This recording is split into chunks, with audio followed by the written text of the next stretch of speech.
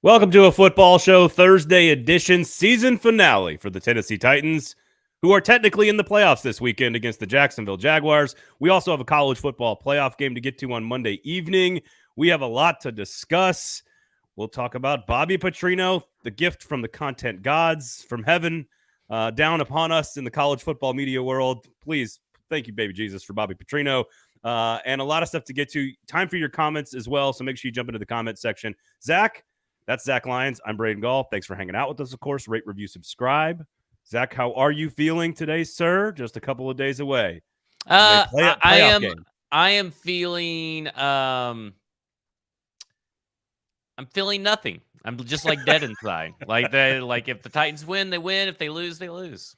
It's a win-win, lose-lose scenario for the Tennessee Titans. the very rarely seen in the wild win-win, lose-lose situation for the football team here in Nashville. Obviously, a lot of stuff to get to. The matchup with the Jaguars on Saturday night. Derrick Henry. I don't know if anybody knows that Josh Dobbs was a 4.0 student and was an aerospace engineer major. I don't know if anybody knows if Derrick Henry's from that area of the country. I don't know if anybody knows that about Derrick Henry. The amount of questions that dive into Derrick Henry's personal life on a routine basis by the local media is astonishing. They are obsessed with his daughter, birthday plans, with anything other than football. They want to know about Derrick Henry. Hey, how many times have we heard just this season and off season? Well, if you were a defensive end, which defensive end do you think you'd be? Like, who gives a shit? That was high school. Yeah, that was weird. D Good, Jags by 15. Off to a raucous start in the comment section. Now, again, we've talked about this a lot, so I want to start because we've got a lot of stuff to discuss. Again, Derrick Henry, a big part of the show today, not only just for the Jags game, but also I think we'll give you what seems to be a pretty positive piece of news from Damar Hamlin. The whole saga this entire week, it looks like he's opened his eyes, and Derrick Henry had a chance to spend some time in the offseason with him. Apparently, and spoke to the team about him. So maybe there's some motivational factor here. Life is kind of the precious thing that Derrick Henry's been talking about. He's turning into a very vocal leader on this team, not just because of this incident, but great news for football fans and for the community up in Buffalo for sure. I do want to sort of just get, because the win-win, lose-lose situation is really not that inaccurate. It's pretty accurate, actually. And I just want to know before you start, what about our sponsors? I was going to say, before we say all the wonderful things about Kingston Group and Pharmacy and dive into the game, I want you to just tell me definitively where we are at this moment on Thursday at 1 o'clock. Are we rooting for the Titans to win? Are we rooting for the Titans to lose? You have not budged most of the time I've spoken to you about this.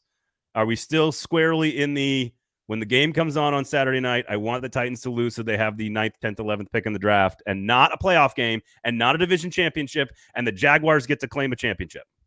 Logic dictates that the best thing for the Tennessee Titans is to lose the game, but my heart dictates that I want the Titans to win. So if they lose, it's great news. If they win, it's pretty good news. Like, there's nothing really at this point. You just got to go in without expectations. Just watch the game, and whatever happens, just know that it's probably good for your team in some form or fashion. You said on Tuesday's show, when talking about all of the Twitter conversation that was happening during the injury on Monday Night Football, that you had matured, that you had changed. Zach of 5 years ago might have injected some commentary into the Twitter ether there during that whole incident, and you said, no, I just kind of, I'm stayed out of the fray. I'm a more mature, more evolved human species. I think you are exhibiting tremendous maturity in this moment. And to say that I can appreciate the victory and I can appreciate a playoff game and a division championship, but I can also appreciate the long-term value of picking higher in the draft, I think you've reached another plane, Zach. I've known you for a couple years now. I think this is a new and improved Zach Lyons. Well, it's just, at this point, it's great to keep the Jaguars out of the playoffs, because then all you're going to hear all offseason is how the Jaguars are going to win the division, no matter what the improvements the Titans make in one offseason. So that's where I'm at on that one. And then on the other hand, I'm like, well, if they lose, then the retool and or rebuild is in a much better place, because either or, that is the scenario going forward. It's either retool or rebuild. And winning a playoff game can help you somewhat in the retooling section because Mike Vrabel took a team that was like full of nobodies into the playoffs. So if you just get him a bunch of B-plus players instead of these F-minus losers, then he could probably go further, right? And then free agents are like, well, they still beat the Jags and Mike Vrabel this, Mike Vrabel that. This is a great, Nashville's great. But if they lose, it's retool, rebuild, have both avenues open. Now, I also heard on a well-listened to podcast this week, quote, Nick Foles won a Super Bowl. Trent Dilfer won a Super Bowl. Why can't Josh Dobbs? I also heard that this week. Well, I mean, technically that is true. That was not the mature Zach that I know and love. Sorry, a little bit of news came forth on the Titans. I know we still haven't got to our sponsors yet, but Kingston Group and Pharmacy, by the way. Yeah, they're great. The pharmacy has a Bayou burger that looks fucking phenomenal. I can't wait to try that. That looks delicious. I'm with you on that, dude. Oh my god, that coleslaw that they put on there and that picture. You got to go to Pharmacy Burger at Pharmacy Burger on Twitter or follow their Instagram, and you have to look at the picture of this burger. It's delicious. Is your Titans news stepping all over my very well crafted and planned quote of your podcast on your other podcast? What do you mean? Because I'm about to talk about Traylon Burks. Okay, so what's the news on Burks? Go ahead and give me the news. Burks was not at practice today, but Mike Vrabel specifically has not ruled him out and said he should be all right for the game on Sunday. Okay, so limited. That is huge. That is huge news. No question. Limited participation on Wednesday, I guess, and then looks like he should be okay, and along with a whole host of other players, which we're going to get to in just a minute. But again, they've only ruled out one player, which is pretty good. It's very good, and it's a nobody. It doesn't really matter. Yeah. I was gonna say, I was waiting for the what Sorry, name did I? What name did Harris, I? Like he gives a shit. What name did I miss? The Harris family that's probably coming in to watch their son play. I was like, wait a second, I got this whole list of guys that are back. Which one did I miss?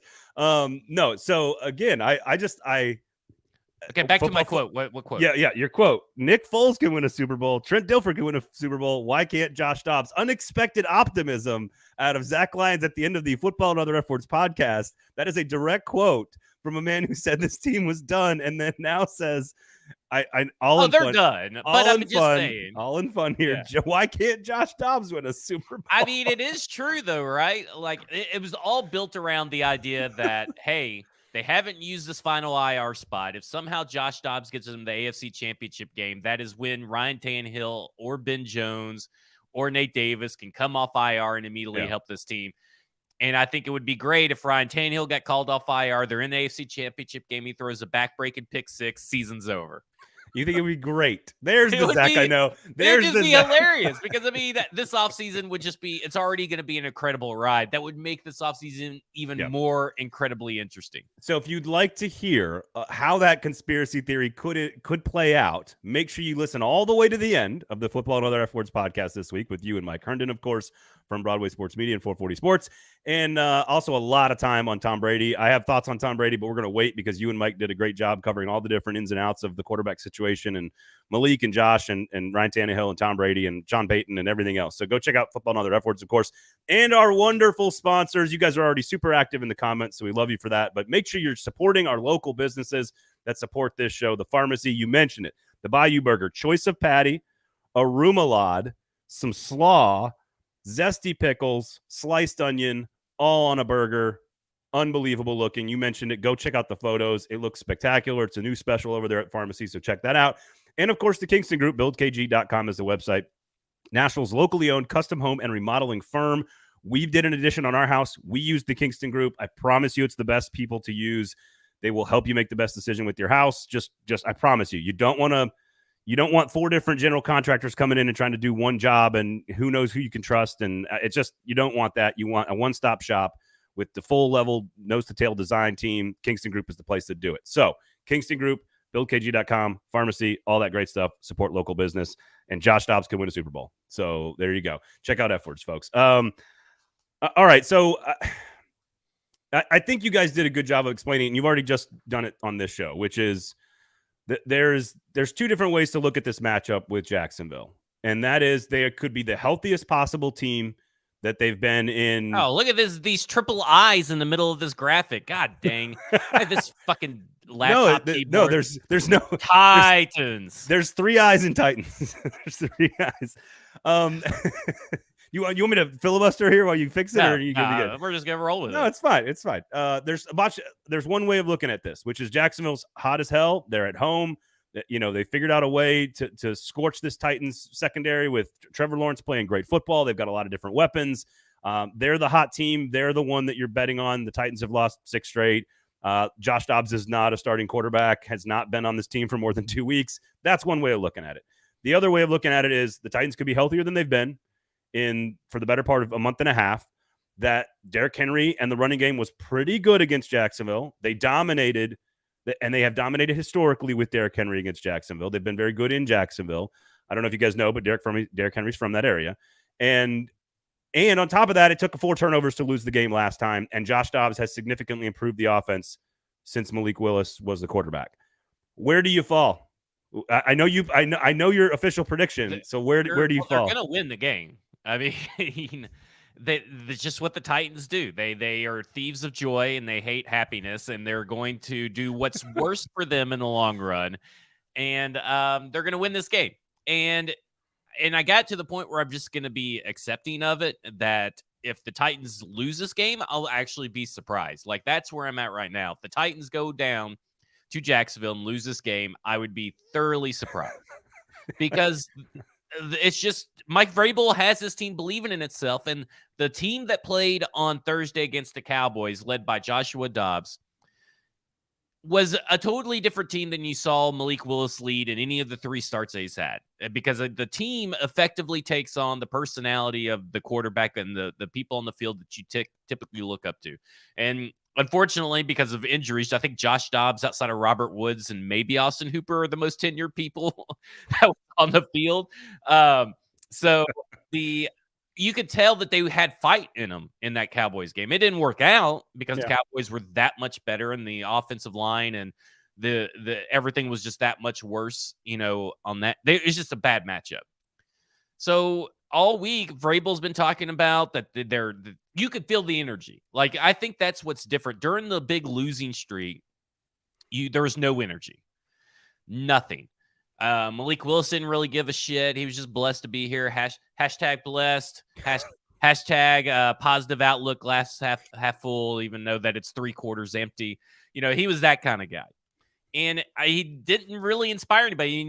Everybody's talked about that he had that pregame speech before the Texans game, and that was one of the flattest games ever. So, I mean, like, players just the guy didn't really vibe with him, and that's okay. It's not his fault that he's a youth pastor and you're going to work at a nonprofit.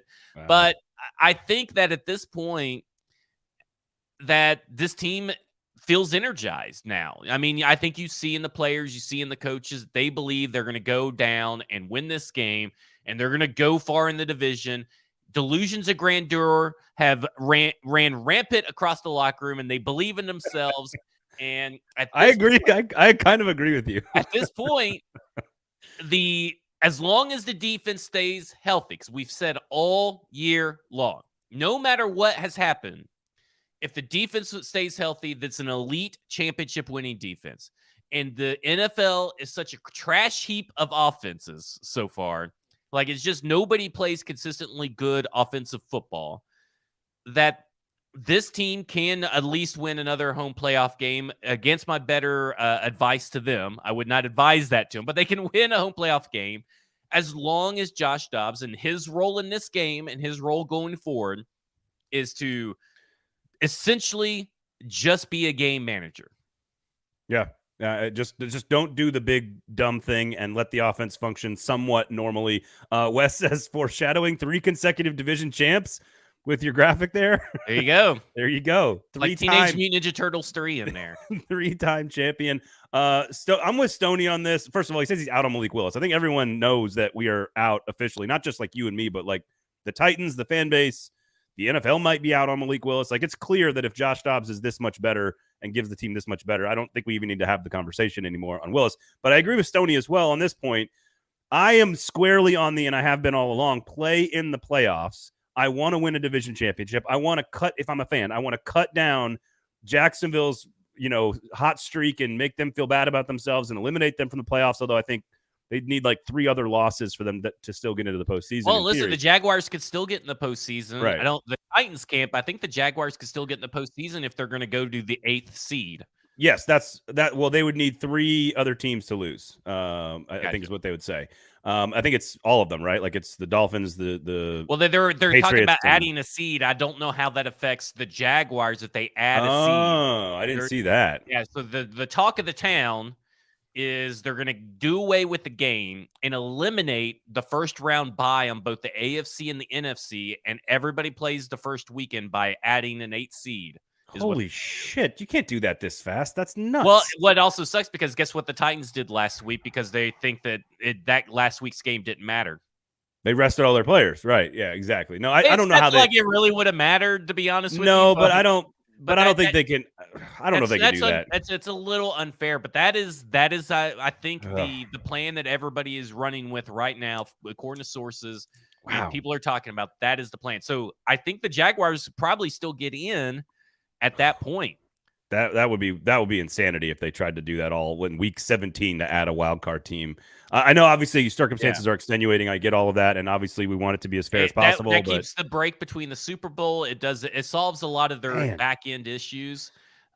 Gives you a break between the Super Bowl and the championship game because everybody would just play like normal on a normal weekend. That really ruins it for the number 1 seeds. Yes, that we're probably really hoping for that rest. So what and obviously the ending Jacksonville's playoff hopes or whatever, sort of like an extra W cherry on top, chef's kiss kind of part of the victory. For me, I think you're right. They could, in theory, if the seeding is all the same and they're the 4 seed and they host the Chargers or the Ravens, they could absolutely win that game. And I think having 2 playoff games is the reason you're a sports fan. I think what's fun about this weekend is all the stuff that you like about a loss, which is very logical about the long-term projection of the franchise. To me, that's just like the worst case scenario, we get a great draft pick. Right. Worst case scenario, we get to move up 10 spots. Worst case scenario, the new GM has more capital to work with. To me, it's all fun, all wins. Give me a 3rd straight division championship. Give me a home playoff game because you never know what's going to happen. That's why we play the games. I'm not picking Josh Dobbs to win anything, but the having that moment and that weekend to celebrate and that 3rd division title and that memory and all that stuff, that's worth it to me. As I've said all along, if they don't get it, even great, then you get your top 10 draft pick. And it's like that's the worst case scenario is a top 10 draft pick. That's a pretty good place to be. I think Mike said it best on the pod. He essentially said, I'm rooting for them to lose until the game's actually on my screen, and then I'm rooting for them to win. I think he said, he's like, my brain and body won't be physically capable of rooting for the Jaguars. Yeah, once the TV's on, you can't help root for your team, and that's how I am. Like, I know that I've said all year long, and I've said all this, that Titans aren't going nowhere. Titans need to lose this game because it's better for the franchise. But at the end of the day, when that game comes on and I see those fucking Jaguar uniforms go up against no way. And I see a stupid urine pool, I'm gonna be fucking rooting. I'm gonna root for the Titans, and I do want to say one thing. I don't know if he listens to the show, but Chase McCabe on this morning's show, I caught it while I was driving around for some errands on his show, Chase and Michelle, or is it Michelle and Chase? I think it's Chase and Michelle. And of course he would put himself first. He was talking about the Jaguars, but he's talking about he thinks that Tony Khan is a little bit more involved in the day-to-day stuff. And he said that, Tony Khan's a great got a really nose for business, or is a great businessman. He brings up AEW, which you are not a wrestling fan. But AEW is not a really great ran promotion. So I think I just wanted to bring that up, that I dismiss this idea that Tony Khan's a great businessman by using AEW. Okay. All right. That's fair enough. I will say, as a Packers fan, I'm in a very similar situation this weekend. Win and get in, lose and go home. The difference is the division championship. The division championship and the home game is so much different. Like that to me is so different than just, oh, you're going to be a 7 seed and you're going to play the Niners or the Vikings and you're going to be on the road and you're probably going to lose that game. If the Titans were looking at that situation, the Vikings are kind of like the Tennessee Titans of 2021. They are, if you listen to the football nerds, they're like they're bad.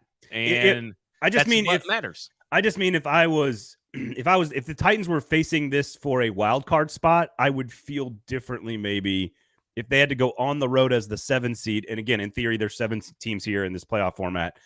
If they had to go on the road and play the Chiefs or the Bills in the first round of the playoff, to me, that's very different than getting one in Nashville and hanging even if it's an albeit What do you 8 and think 8 the and 9 attendance division is going to be like? Like, I know a lot of people have talked about, well, this is going to be really great for fans and blah, blah, blah. And I'm thinking, is it? Because it's kind of like most fans are probably know that this game's not going to really happen, the home playoff game, as far as a result in a good game.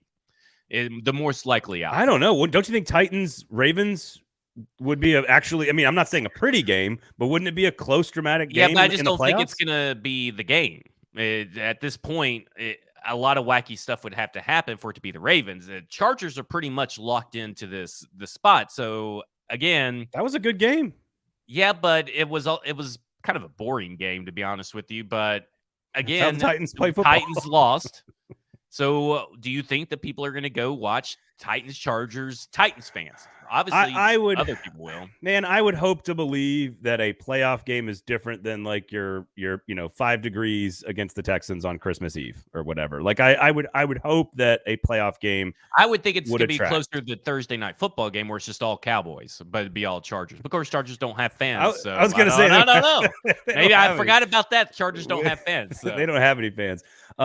So again, I think this is very strange to feel like the Derrick Henry motivation because of the Hamlin situation and his relationship with that guy could affect the way this team plays. You package that with, as we've mentioned, basically everybody back on defense, whether it's Autry, Fulton, Lonnie Johnson, Trey Avery, Jeffrey Simmons, Dylan Cole, like everybody back, championship caliber potentially. Well, listen, I think we got good news a couple days ago, or was it today is Thursday. So yesterday, I think Dylan Cole lost the starting job. I think he did too. I think Mike Vrabel pretty much said. Mike Vrabel said, "Yeah, he's gonna be a big boost for our special teams, and we have to figure out how he's gonna fit on this defense." Yeah, that's what he said. So that means that he ain't starting. That means it's Gibby and Monty Rice starting in the middle, which is like the scariest thing. I think after watching Evan Ingram go crazy, that's gonna be like the scariest thing. At that point, you have to have Amani Hooker just travel with Evan Ingram. I agree with that because there's nobody, because ETN catches a ton of passes. Ingram, they're going to work a lot of the open field. Ingram obviously dominated them a couple of weeks ago, and Hooker needs to play in that game, or Hooker needs to be in that situation. I agree with you on that one. Obviously, Burks could be back as well. What about the offensive line? I know MPF the MPF is playing, I would assume. I think they just kind of rested him all week. It may be a rotational thing where they kind of put him in, then put LaRaven Clark in. Remember when they were doing that with Radens before Radens got injured? So I don't really know. At this point, maybe NPF is going to be considered a game time decision, but he wasn't ruled out today, and he practiced on a limited basis for at least the last 2 days. So I just think they had a bunch of people that they kind of put on that played on Sunday or played on the Cowboys game, kind of gave him a little bit of extra leeway with playing. So, this offensive line going up against the Jaguars, the offensive line did, I thought, considering the talent across the way. For the For the Cowboys. Yeah. I thought the offensive line played really well. And the Jaguars have a lesser talented, lesser explosive pass rush. So if this offensive line can put up a similar performance with Josh Dobbs, who helps the offensive line because he doesn't hold on to the ball crazy long amounts of time and can actually execute the plays, then I think that the offensive line is fine. Is it going to be fine every week from here on in? No. But there's no reinforcements coming for a long time. And that's the problem.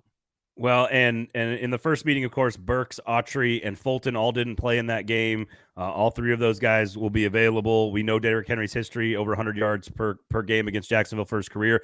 The Titans sent out a press release that he could become, with 71 yards and 2 touchdowns, he could become the first human ever in NFL history to have 3 seasons of 1,500 yards and 15 touchdowns. That's a pretty extraordinary accomplishment for Derrick Henry. Obviously, we know the list of names he's already kind of next to in historical context in the NFL. It's all Adrian Petersons and Earl Campbells and LaDainian Tomlinsons, and it's a lot of. I mean, he's a Hall of Famer at this point, but this is a game where he normally shines. He was very good against Jacksonville last time. Jacksonville has largely lived off the turnovers, in particular that game. They've had 9 takeaways in the last 4 games, 4 of those against the Titans. I expect that to be better this time, even though it's Dobbs instead of Tannehill. I understand that that's a drop off, but I don't know. I think there's a really easy case to be made for the Titans to go down there and win. I just think the Jags are better right now, and I think the Jags win the game. So I think you're going to get what you want, and you think I'm going to get what I want. So here we are. Here's where I'm at. There's 3 things that have to happen for the Tennessee Titans to win this game. They can't turn the ball over 4 times. They have to win the turnover battle, or just not. They both leave 0-0 in turnovers. So no turnovers really need to be happening for this team. Secondly, penalties are killing them. And I've heard, or someone on the radio, and I can't remember who it was, or maybe it was on the broadcast, that the Tennessee Titans are the least penalized, one of the least penalized teams in the NFL. And that, to me, this feels like this is one of the most penalized Titans teams that we've seen under Mike Vrabel. So it's kind of wild how that works out. So they can't let penalties kill them. So that means that Dennis Daly and PF, if they're both playing, they both have to be, on their game. No false starts, and then Trey Avery and Roger McCreary can't be doing pass interference, all this stuff. They cannot kill themselves with penalties. Where did you? They're 28th in penalties. So that means they're the lowest in penalties, one of the lowest teams in penalties, right? No, 105 penalties. They are one of the worst teams in. Well, someone said that, and I swear to God, someone said that either on a broadcast of the last game or something. But I didn't believe it. I haven't looked, but you were right. Your instincts were were correct. They are 28th in the NFL. Maybe they meant to say most, one of the most, and they accidentally said least. Miami, Vegas, Denver, and Arizona are the only teams in the NFL. And maybe it was over a period of time, right? Like maybe it was over a period of time, then they just misspoke. But anyway, you're right. I didn't believe it. So, but the last thing is they can't fall behind. Yeah, because Josh Dobbs is not going to bring you back from behind to win a game. He can't, because if you get into obvious passing situations, and Mike Vrabel's harped on this for 2 or 3 weeks now, the worst moments from Dennis Daly and NPF and the offensive line come from obvious passing situations. And if they get from behind and find themselves not being able to lean on Derrick Henry and find themselves in obvious pass situations, it is over. Does not mean that Josh Dobbs cannot, at the beginning of the game, get you a lead. But if you fall behind 13 points, you might as, and I even think 10, you might as well just call the game. Yeah, I think it's very like styles make fights. If it's like the first half of the first game and it stays like that, then they can win. If it's like the second half of the first game, where it's turnovers and playing in space and playing from behind in a high-scoring shootout, that's where they don't. I mean, they average 10 points a game during the losing streak. So this is not a come-from-behind type of team, obviously. So we'll see. I think it is possible for them to go down there as a 6-point underdog and win outright. I am not picking it. I would take Jacksonville to win. Obviously, this whole extra wild card thing would be a huge wrinkle in all of this, but I think Jacksonville is playing well enough. I think they sort of have some buy-in a little bit. I think the weapons are there, although each one of them has not been at their best the last couple of games. I mean, I don't think Trevor Lawrence has thrown a touchdown pass in either of the last 2 games, but their defense has been excellent, albeit against the Jets and the Texans. I think that's I will say that those teams are terrible, but are those offenses any different than the Titans, really? I mean, other than Derrick Henry, not really that different. so, I mean, the Jets have a lot of weapons, it's not like they get used. They don't know how to use them. Yeah, it's not like they get used either. I talked about it in what is Ryan Tannehill's trade market. I wrote a big 4,800 word article that it just kind of got lost. 5,000 words? What? Just got lost in the moment, man. It just kept on going. Before you get into that, can you tell people like what happens to your brain when you're like going down that rabbit hole and all of a sudden I don't even notice. I mean, because I write like I talk, so it's just me basically talking. Like, I mean, I take little breaks to do the research of certain things, but I just talk. I just write like I talk. But it'll be free tomorrow for those that are not subscribed to Broadway sportsmedia.com. But I talked about the Jets because I said there are 7-19. I specifically actually talked about the Jets and the Patriots because I think the Patriots are an interesting dark horse candidate, not necessarily for Ryan Tannehill, but for any free agent quarterback. But I talk about it because if the Jets had Ryan Tannehill, they would be in talks of winning that division. Like them and the Bills would be going down. Same with the Patriots, because the Patriots have lost 4 games by 7 points or less, and they have Mac Jones and they have Bailey Zappi. And then over on the flip side at the Jets, they have Mike White, Joe Flacco, and Zach Wilson. And Ryan Tannehill is by far better than all 5 quarterbacks. We're talking tiers above all 5 quarterbacks. Yeah. So yeah. There will be a trade market for Ryan Tannehill if the Titans are interested in trading for Ryan Tannehill. That was a little bit off topic, but I just I agree. I think, and we talked about it on Tuesday's show, there could be 10 or 12 spots that could be interested in a quarterback, and Ryan Tannehill, while he may not be the number 1 guy available, is among the best guys available, and he's among the best values. Yeah, and so if they want to trade him, I think there's opportunity there. The question is always going to be like, if Vrabel's not, and this is what you've said all along, like if Vrabel doesn't really feel like a let's punt on the season type of guy, it's not really his thing. It's all about trying to win and what gives him the best chance to win. And I think from a cost and value and acquisition standpoint, and the devil you know versus the devil you don't know, I mean, Ryan Tannehill is probably clearly the best option for the team. Mm-hmm. So it just depends on if they can make it work, from a details standpoint. So I don't know. So I know you said I think you said 24-17 on F words. Are you sticking with that now day later, or what? 2 days later? I am going to stick with that. I think they're going to buck the trend of them not like scoring 20 points in however many weeks it's been. And I think they're going to go 24-17. And it's all Derrick Henry and defense. Yeah, it's all Derrick Henry and defense. Like it's all Derrick Henry. It's all defense, and it's Josh Dobbs just being good enough. Okay. He doesn't have to be great. He just has to be good enough. He has to be the most vanilla, bland quarterback on the field. The Hassan Haskins of quarterbacks. The Hassan Haskins. I thought that was I thought it was ultimately disrespectful. Totally disrespectful. Catching strays from Mike Herndon on that. It was ridiculous. Crazy. All right. I will go Jacksonville. Like I'm going to go, 27-17, something like that. I think Jacksonville wins and they cover.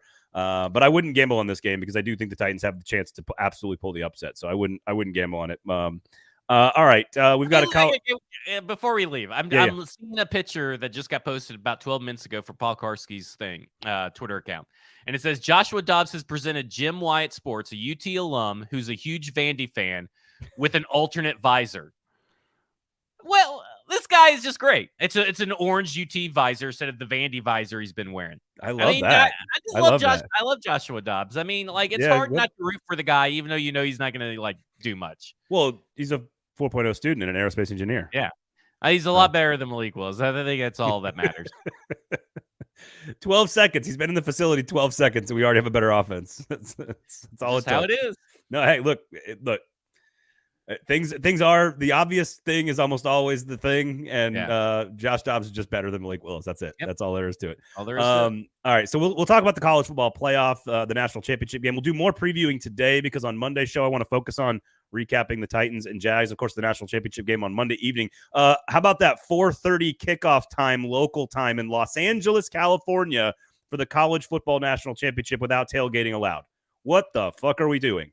What the fuck are we talking about? It's ridiculous. And in Titans film room, we've seen pictures of his desk, and he works in that area. Yeah. And everything, and he has like a extension cord with a multi-prong outlet, and he's got everything plugged in there. So we said the reason they can't tailgate is because they have to conserve electricity because of his workstation. Like it is a fire hazard on Titans film room's NFL desk. Oh my God, I love that so much. I can't believe. I was gonna say before we get into the preview, I want to mention our sponsors, but that stupid tailgating thing is just too much to like. It's a college event. Do they not tailgate for the NFL games? Like what? That's what I was wondering. Like, what do we do? Like, I mean, I know there's not a ton of Chargers fans, but like, the Rams won the freaking Super Bowl last year. Yeah. Like, nobody parties before the game. Like, what are we doing? I figured there'd be like ceviche buffets and naked women with sushi all over them because it's LA. Sushi bikinis. That's actually not a terrible idea. The pharmacy, of course, is a great place to party here in Nashville. If you're in town, celebrating a victory or celebrating a higher draft pick. It's a win-win, lose-lose situation for the Titans this weekend, and the pharmacy is your place. They got the Bayou Burger, their brand new special burger. I want to get it right here. remoulade, coleslaw, zesty pickle, sliced onion.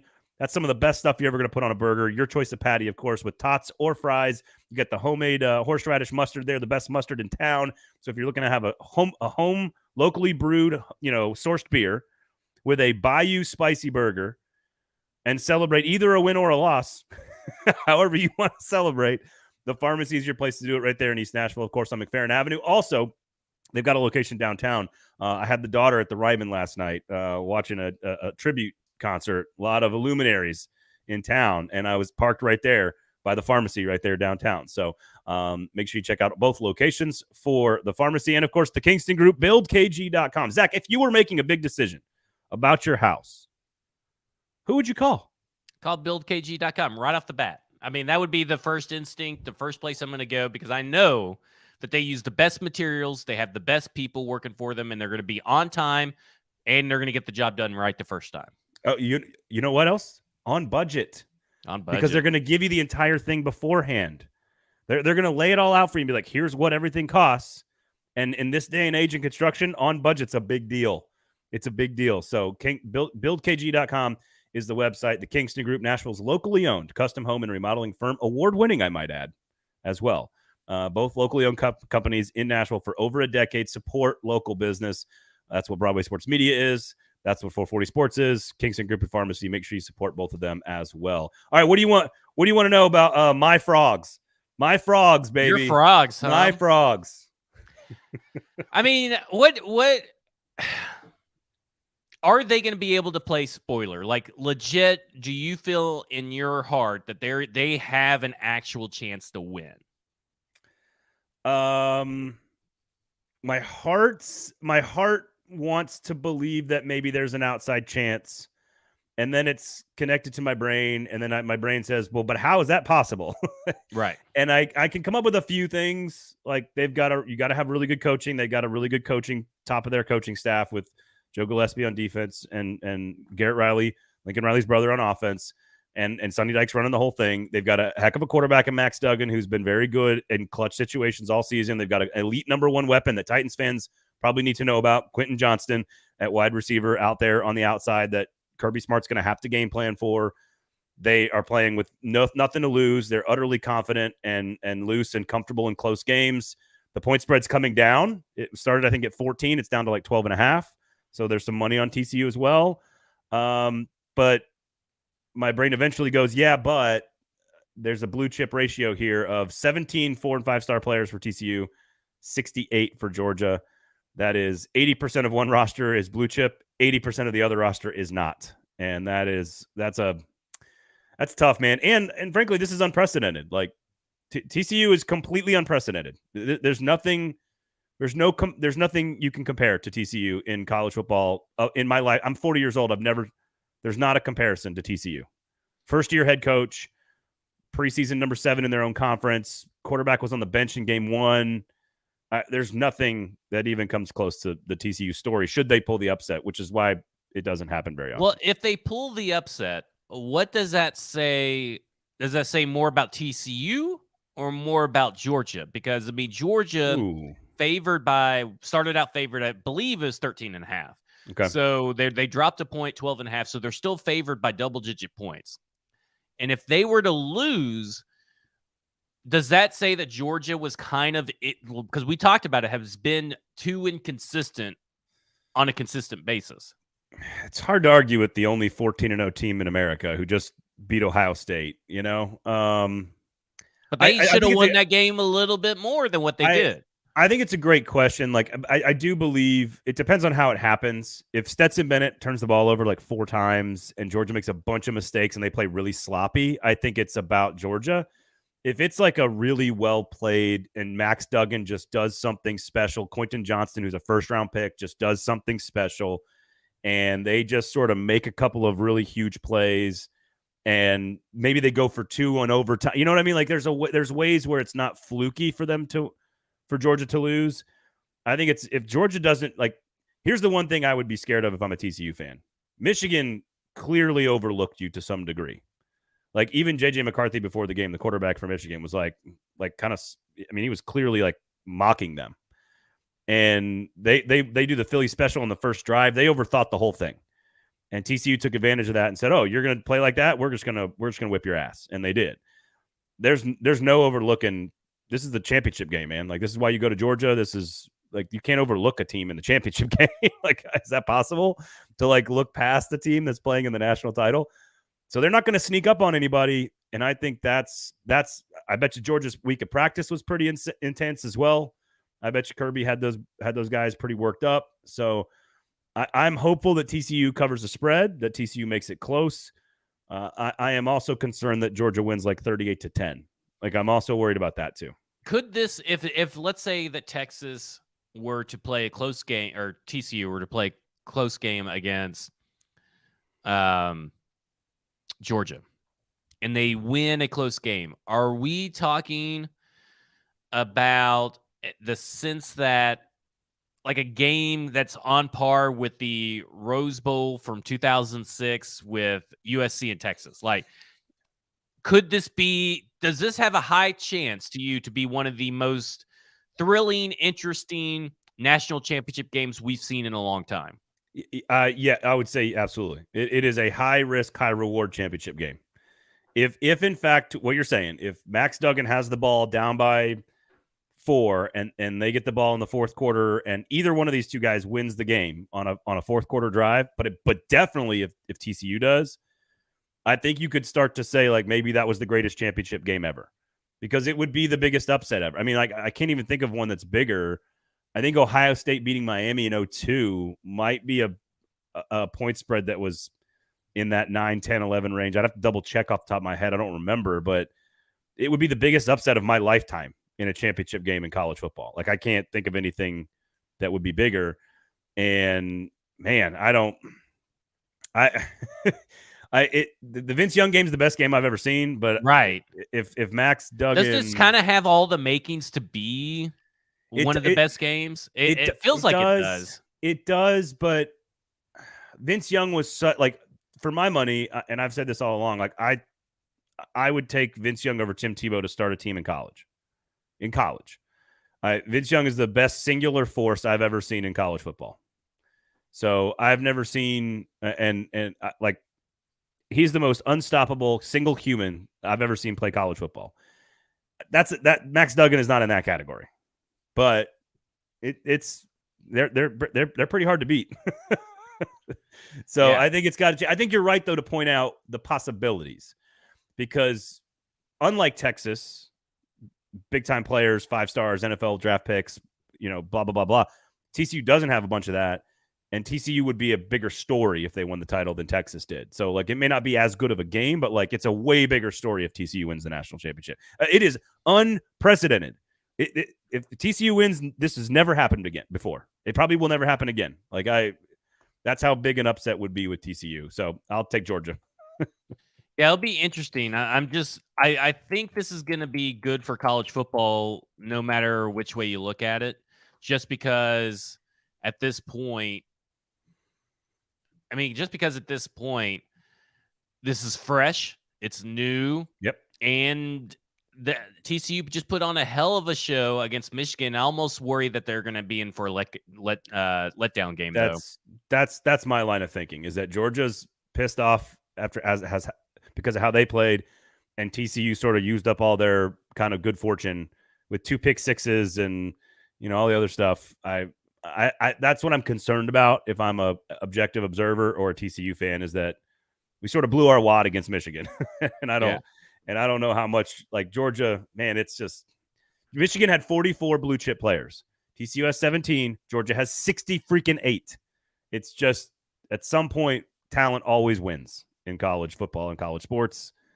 I want to be wrong. I am rooting openly. Hypno Toad, Bender, Zoidberg, give me the frogs. Like, I'm rooting hardcore for it. The wallet's on Georgia. So it'll be interesting to see. That's where I'm falling on Monday night. And again, we'll touch on if anything has changed, if any big news breaks. Monday's show, we'll preview the game real quickly, but like, I want to focus on the Titans on Monday. So that was sort of our main our preview of the college football national championship game. Again, 6:30 Central Time is a little earlier, which is nice for the kiddos, but 4:30 local time, in SoFi Stadium with no tailgating. It's the most corporate stale thing I've ever heard of in my life. So, which is like the opposite of, what college football is supposed to be about, but whatever. All right. The gift from the content gods. This one's pretty good. This is almost as good as Hugh Freeze coming back to the SEC. And ironically, Hugh Freeze and Bobby Petrino will play in their very first game in the SEC against each other in like the 4th week of the season. Auburn at A&M. Bobby P is back, baby, as the offensive coordinator at Texas A&M. His second job in less than a month, right? I mean, like, didn't he just take the UNLV OC job with Barry Odom? 20 days. He was the OC at UNLV for 20 days. And in the most Bobby Petrino on-brand thing he could possibly do, he left the job in 20 days.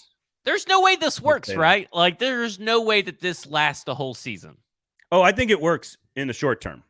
It's like it's exactly like Hugh Freeze. They're going to be better quickly. It's going to work. They're going to fly real close to the sun, and then it's going to explode. Yeah. Like, I feel like Bobby Petrino is going to just, at some point, just leave. He's just going to leave because that's what he does, right? I mean, he can't be trusted that he's going to stick around your program. That's probably true. By the way, Daniel says I would take Cam over Tebow and Young. That is a great debate. I still think Vince Young is just Cam Newton was pretty extraordinary, but Vince Young's pretty good too. No, I think here's what happens. You've got so DJ Durkin is a defensive coordinator who, like, a player died when he was the head coach at Maryland. Steve Adazio, just Google his name. A lot of controversial stuff at Colorado State when he was the head coach and Boston College. Yeah, I mean, you have the most volatile coaching room in the history of college football, and I'm not even sure that's like an exaggeration. No, it's the worst. I mean, it's like, not even close. It's probably the most talented or one of the most talented rooms, but it is the worst personality-wise because Jimbo Fisher is an asshole and he's a dickhead. And then Bobby Petrino's can't be trusted. He's a shifty motherfucker. And then you got the two guys you've already named. I mean, it's an insane collection. It's nuts. That you think is actually going to stick around and not end with someone dying out of that coaching staff. Like someone is going to get murdered or have a heart attack because they're yelling at each other. Inside of a boiling pot of unbelievable expectations and money and angst from the fans. Like, oh, by the way, this is not like a bunch of these guys at like, kind of like a matter-of-fact university that's sort of like okay with like average football. Like, this is a place that is so rabid and diehard and crazy and thirsty because they have never won the national championship, not in like 65 years. And so you put hundreds of millions of dollars on the line with a fan base that's already frustrated. And again, I think they're going to be good quickly. They're going to win like 9 or 10 games for each of the next 2 seasons. And then when things start to crack and crumble, it is going to explode into a burning inferno that we have never seen before in college football. And again, I'm not going to go as far as to think someone dies. I don't think half the staff's there by the end of the season. Maybe you're right. Bobby P's offenses are pretty good. So I think that covered, how like Urban Meyer covered up everything at Florida, like literally covered up people killing people. Like Tim Tebow whitewashed a lot of the bad stuff that was happening on that roster. I think winning can help that. And if they win 9 or 10 games, I think people, famous last words when talking about A&M, of course, but like if that happens, and the offense is much better, and Bobby P's in complete control of it, people are going to kind of look the other way on all the little rumors they hear. Like this happened to Butch Jones at Tennessee. Like everybody knew all the drama behind the scenes, but they won 9 games 2 years in a row, so they ignored it all. You can't ignore the volatility in this situation. Like, again, it's going to burn hot, it's going to burn quick, and then it's going to explode in their face. And I don't know when that happens. I don't, your prediction of 1 year is not crazy. I'm going to go with like week 6 of the 3rd year. And then at that point, like it's 0-8, like when it goes bad real hard and real fast. So yeah, I don't know, man.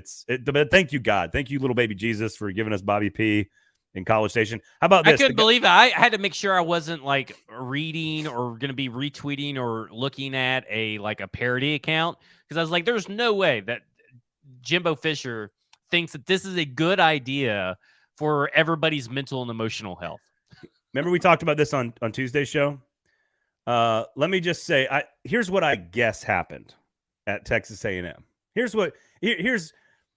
if I was making a guesstimate, a hypothetical here on what I think took place. They didn't want him. He interviewed.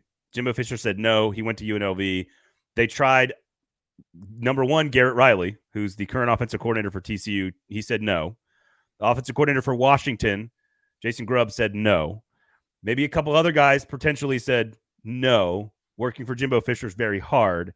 Jimbo Fisher got to the point on his list where he said, all right, it's Bobby Petrino.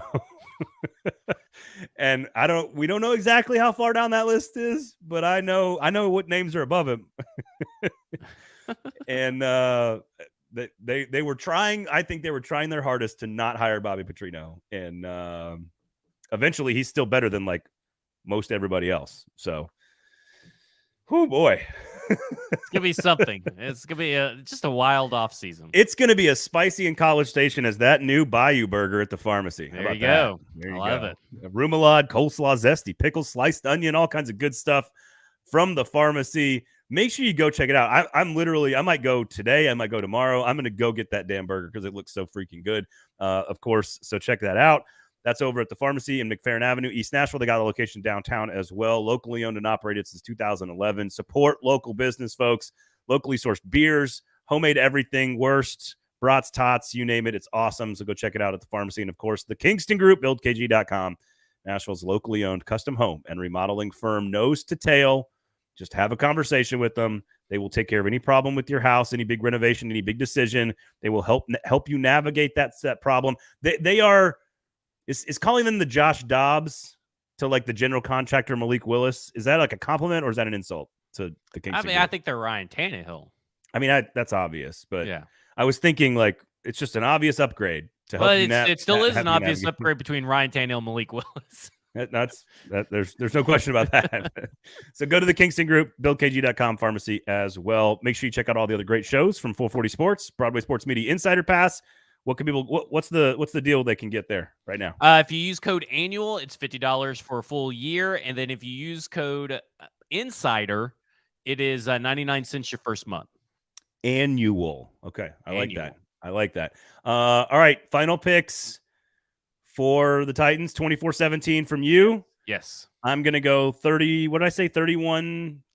What did I say? 31-21. Jags. I think is what I said. If I changed in the middle of the show, I apologize. I don't always remember all the things that we say on the show. For Zach Lyons, thank you guys for hanging out with us. Please rate, review, subscribe. And obviously for all you guys who hung out in the comments, we appreciate you guys. Have a great weekend. Enjoy playoff football, which is here technically right now for the Titans. For Zach, I'm Braden. Thanks for listening. This has been a football show.